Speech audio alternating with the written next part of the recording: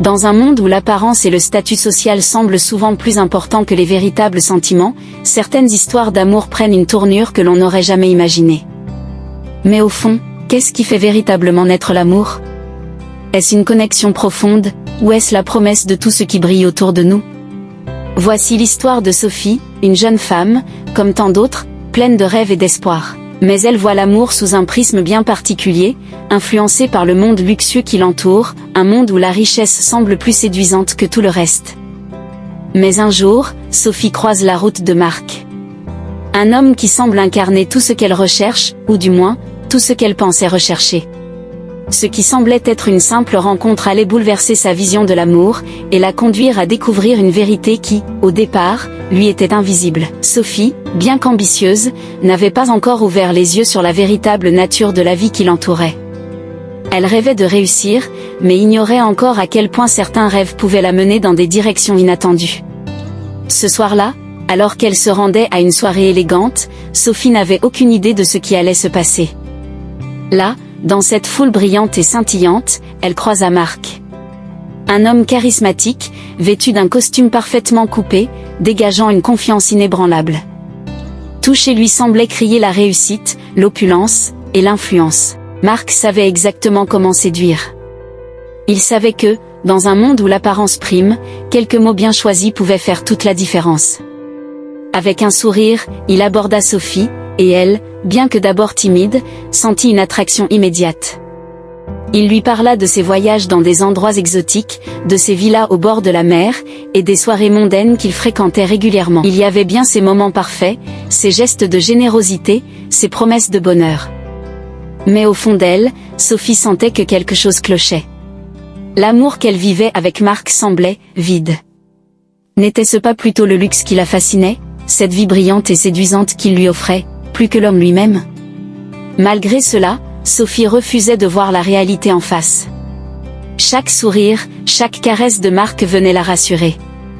Il la rassurait avec des mots doux, lui promettant que tout ce qu'il faisait, il le faisait par amour. Mais au fond, Sophie se posait de plus en plus de questions. Les gestes semblaient sincères, mais l'émotion derrière tout cela? L'amour, ou simplement l'illusion d'un bonheur superficiel?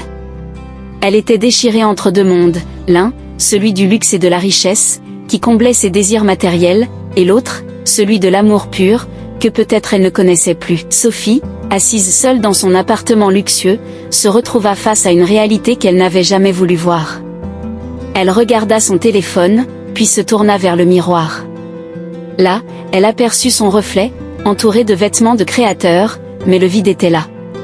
Ce vide qu'aucun diamant ni villa ne pouvait combler. Elle prit un moment pour se poser la question qui la tourmentait, qu'est-ce que l'amour, finalement? Les cadeaux, les voyages, les soirées somptueuses, tout cela semblait si dérisoire, comme des promesses non tenues. Elle avait cru que tout cela constituait l'amour, mais maintenant elle savait que ce n'était rien d'autre qu'un mirage. Marc l'avait utilisé, tout comme elle l'avait utilisé. Elle s'était accrochée à l'idée du luxe, pensant que c'était tout ce dont elle avait besoin, mais en réalité, elle s'était laissée prendre dans un piège. Un piège où les véritables sentiments, la sincérité et la passion authentique n'étaient que des concepts lointains, écrasés sous le poids des apparences. Dans un moment de tension insoutenable, Sophie, les yeux pleins de doute et de confusion, se tourna enfin vers Marc. Ses émotions étaient un tourbillon, mais une question brûlait ses lèvres. Tout cela n'était-il qu'une façade? Marc avait beau essayer de se défendre, il était déjà trop tard. L'image parfaite qu'il lui avait vendue s'effritait sous ses yeux.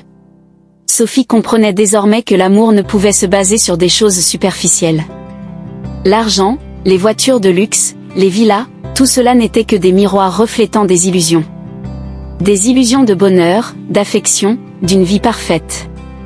Mais au fond, il n'y avait rien de plus réel que le vide.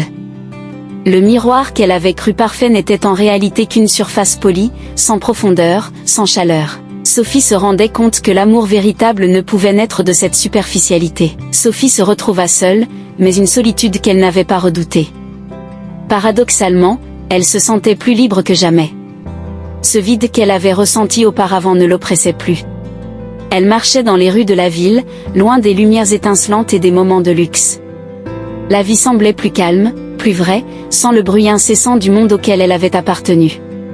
Au fil de ses pas, Sophie comprit que l'amour ne pouvait être acheté. Les cadeaux somptueux, les soirées de gala, les vêtements de créateurs, tout cela avait un prix, mais l'amour véritable ne se mesurait pas en argent.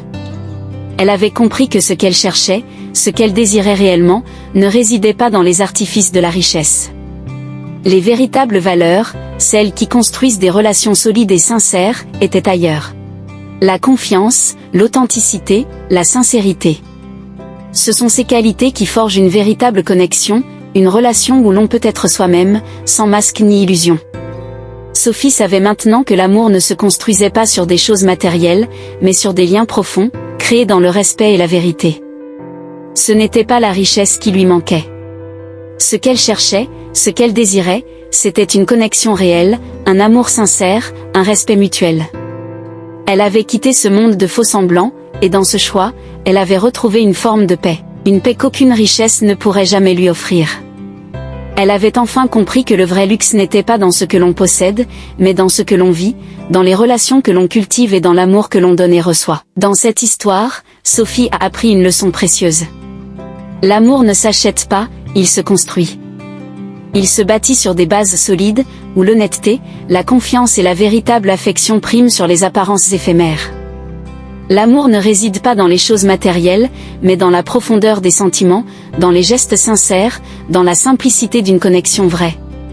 Parce qu'au bout du compte, ce qui fait battre un cœur, ce n'est pas l'éclat d'un diamant, mais la chaleur de la sincérité. Merci d'avoir suivi l'histoire de Sophie et Marc. Si cette vidéo vous a touché, abonnez-vous à la chaîne pour plus de récits qui nous rappellent l'importance de l'amour véritable. Partagez-la également pour rappeler à chacun que l'amour ne se trouve pas dans les objets, mais dans les cœurs.